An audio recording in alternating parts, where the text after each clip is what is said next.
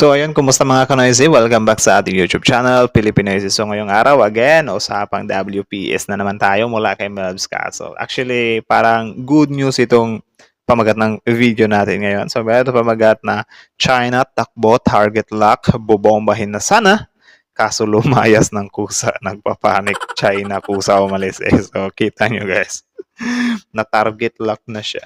Sabi nila, Philippines, ito pa kasi yung sabi-sabi ng China no na Philippines, di porket meron kayong gagawing balikatan exercise dyan with US ay ititigil na namin yung pagiging aggressive namin. Hindi aggressive pa rin kami. Pero nasan sila ngayon? Bakit hindi sila ngayon mag-show ng aggressiveness? Bakit?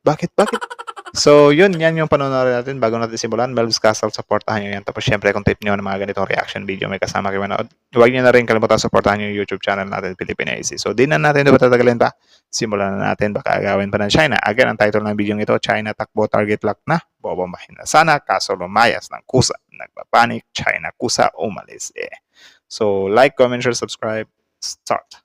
Sa exciting part na tayo. Matapos patarsin ng Chinese Foreign Ministry ang lahat ng kanilang barko, bumalik na ang mga ito at nagtulipli pa ang dati. Tinawag nga tong hindi normal ni Commodore Trinidad. Ang tanong, hindi normal. Hindi naman talaga sila normal as always eh. Like, ewan ko kung ano yung nasa isip nila. Doon pa lang sa natalo na sila sa arbitral ruling, ay pinagpipilitan pa rin nila yung inang 10-dash line nila. Doon pa lang, hindi talaga sila normal, men. Agree ba kayo? Comment down below. nasa loob ba to ng ating exclusive economic zone sa West Philippine Sea? Wala. Namamalagi lahat ng barko ng China sa South China Sea na sa kanila naman. The presence for the past 2 months since I became this PN spokesperson. Tumabi eh. And like what I said, is a fairly constant number. From a low of 33 to 69 on a weekly basis. Oh. This absolute Ang dami, men, pero puro tumatabi. surge is out of the normal. 6 na barko ng Philippine Coast Guard ang nagbabantay sa buong West Philippine Sea. Habang nagpapatrolya, may ilang mga barko ng China ang na-detect na pumasok sa ating exclusive economic zone. Pero noong pumunta ang Philippine Coast Guard, mabilis pa sa alas 4 ang pagtakbo ng mga barkong ito. Nako!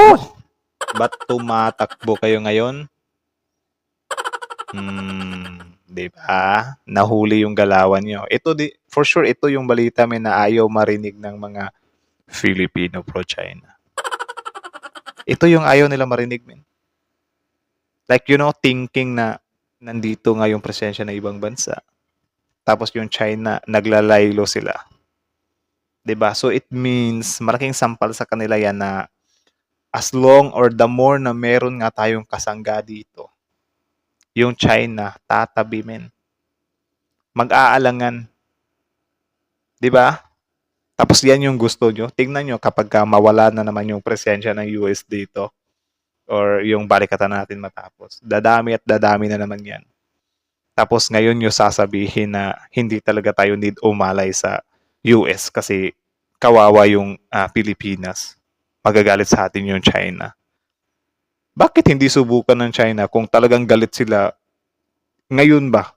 Encounterin talaga agad nila. Kaso hindi eh. Nag-aalangan talaga sila, men. Tuloy.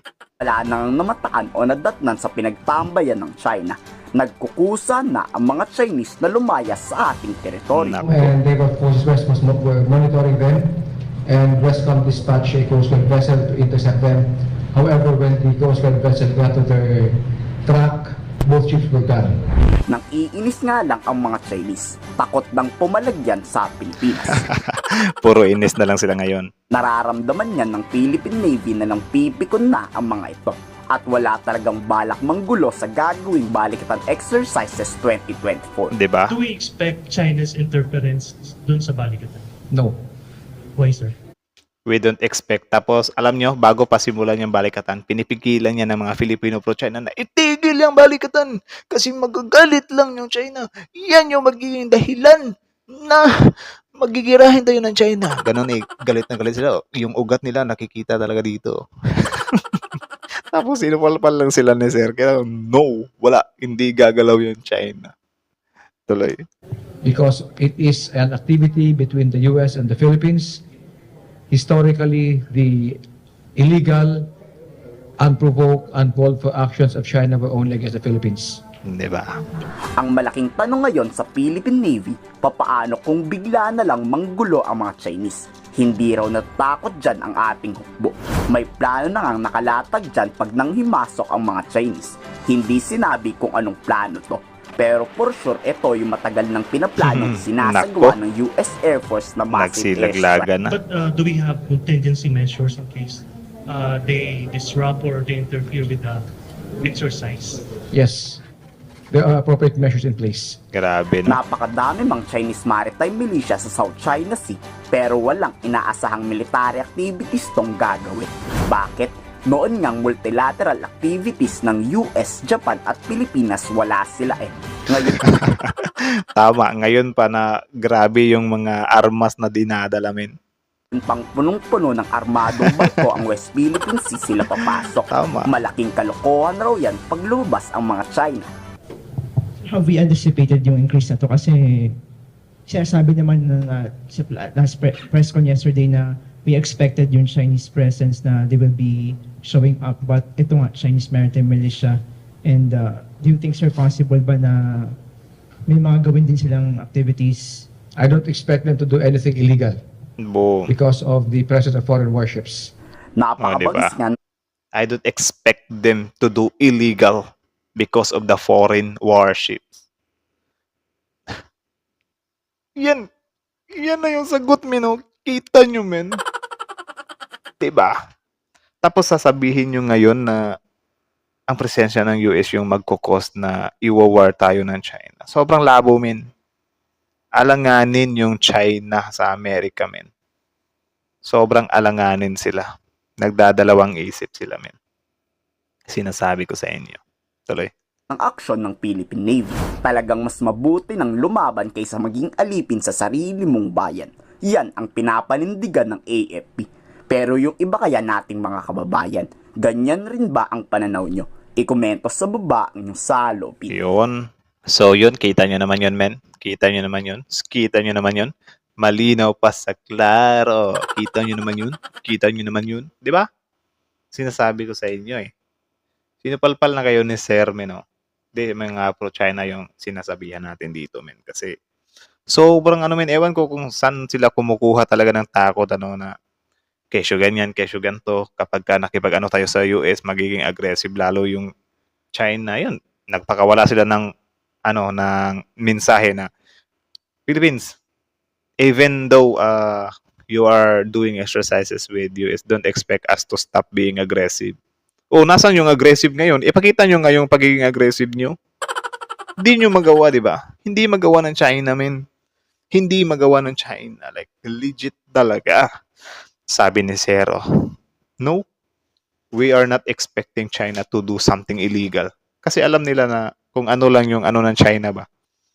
Wala nga silang nagawa sa ibang bansa eh. 'Di ba? Yung din diyan yung Malaysia, Vietnam. Wala nga silang nagawa eh. Harap-harapan nga sila kahit na todo na silang banta. Wala nga silang nagawa. Ngayon pa na US mismo yung nakabakir sa atin. 'Di ba? Huwag niyong isipin guys na parang walang silbi lang yung US dito. Meron min. Nag-aalangan talaga yung China. Sa inyo na lang talaga yan kung maniniwala kayo o hindi or magpadala pa rin kayo sa udyok sa inyo ng kabilang panig. Bahala na kayo dyan. Basta kami dito tayo sa pro pamahalaan tayo dito. Kung ano yung plano ng gobyerno, suportahan natin kasi yun naman talaga yung dapat, di ba? So, sana naging PA na lang sana kayo or naging rebels na lang sana kayo kung against kayo. Pero anyways, opinion nyo din naman yan. Hindi din naman namin kayo masisisi. So, at the end of the day, we are all Filipino. Kung ano man mangyayari sa bansa natin, tayo pa rin naman yung magtutulungan. Pero, yun nga, sana gising-gising din pag may time, So, yun lang naman. Kayo, comment down below kayo kung ano masasabi nyo sa usaping ito. Tapos yung pag-usapan natin yan sa comment section. So, again, Malbs Castle, Filipino IC. Like, comment, share, subscribe. Thank you so much for watching. Filipino IC is out.